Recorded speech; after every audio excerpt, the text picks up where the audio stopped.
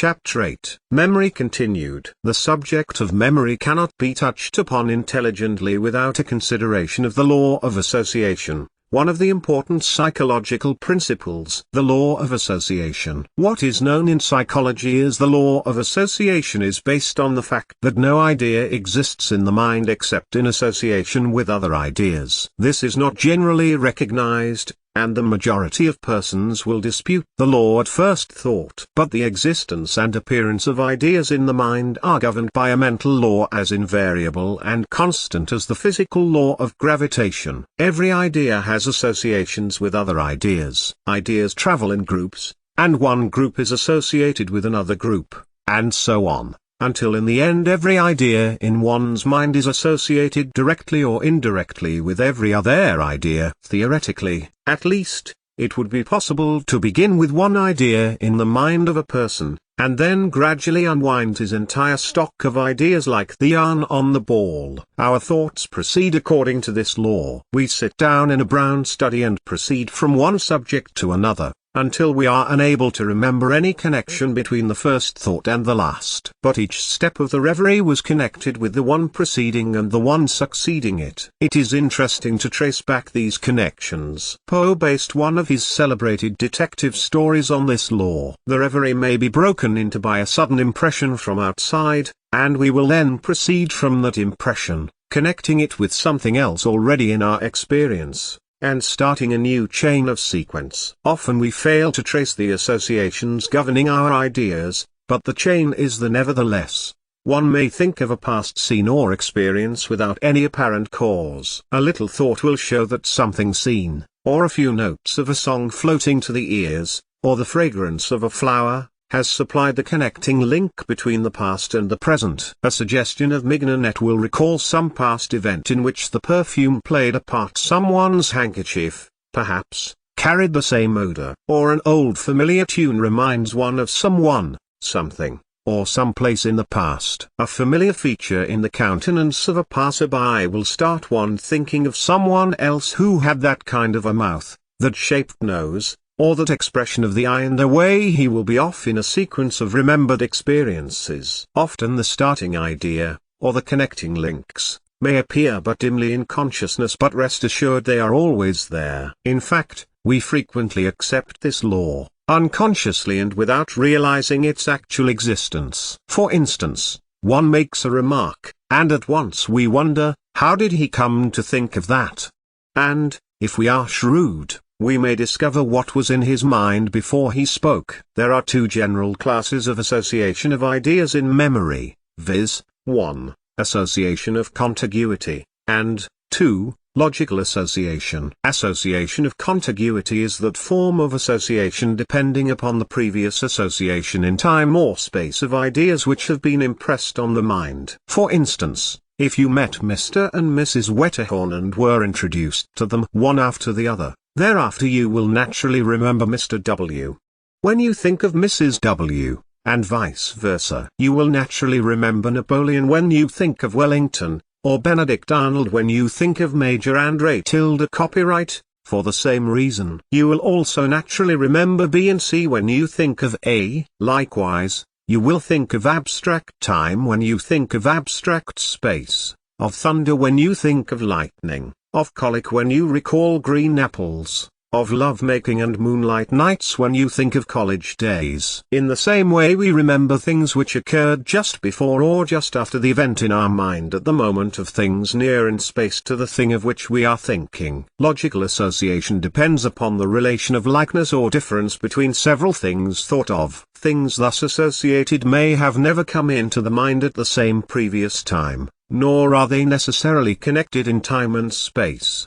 One may think of a book, and then proceed by association to think of another book by the same author, or of another author treating of the same subject. Or he may think of a book directly opposed to the first, the relation of distinct difference causing the associated idea. Logical association depends upon inner relations, and not upon the outer relations of time and space. This innerness of relation between things not connected in space or time is discovered only by experience and education. The educated man realizes many points of relationship between things that are thought by the uneducated man to be totally unrelated. Wisdom and knowledge consist largely in the recognition of relations between things. Association in memory. It follows from a consideration of the law of association that when one wishes to impress a thing upon the memory he should, as an authority says, multiply associations and tangle the fact you wish to remember in a net of as many associations as possible,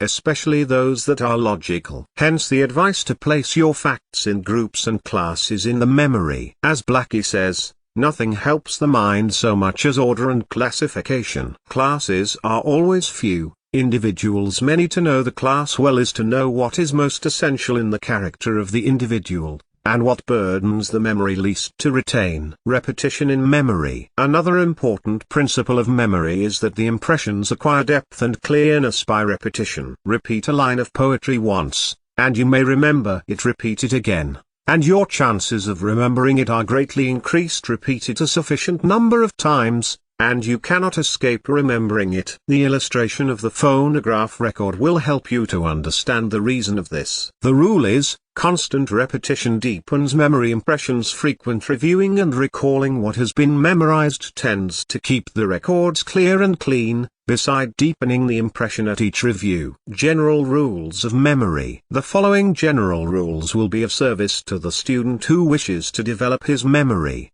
making impressions. 1. Bestow attention. 2. Cultivate interest. 3. Manifest perception. 4. Cultivate understanding. 5. Form associations. 6. Repeat and review. Recalling impressions. 1. Endeavor to get hold of the loose end of association, and then unwind your memory ball of yarn. 2. When you recall an impression, send it back with energy to deepen the impression, and attach it to as many new associations as possible. 3. Practice a little memorizing and recalling each day, if only a line of verse. The memory improves by practice, and deteriorates by neglect and disuse. 4. Demand good service of your memory, and it will learn to respond. Learn to trust it, and it will rise to the occasion. How can you expect your memory to give good service when you continually abuse it and tell everyone of the etc.ed memory I can never remember anything? Your memory is very apt to accept your statements as truth. Our mental faculties have an annoying habit of taking us at our word in these matters. Tell your memory what you expect it to do, then trust it and refrain from abusing it and giving it a bad name. Final advice. Finally, remember this rule: you get out of your memory only that which you place in it. Place in it good,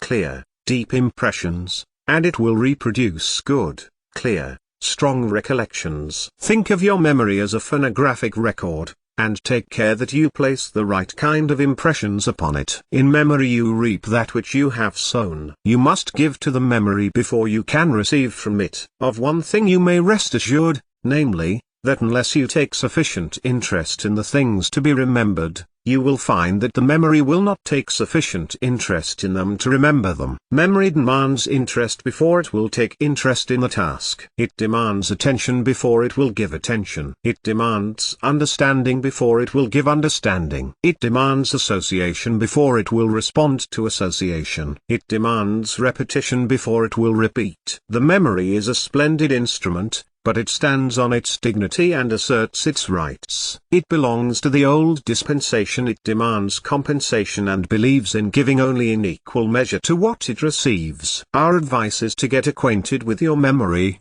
and make friends with it. Treat it well and it will serve you well. But neglect it, and it will turn its back on you.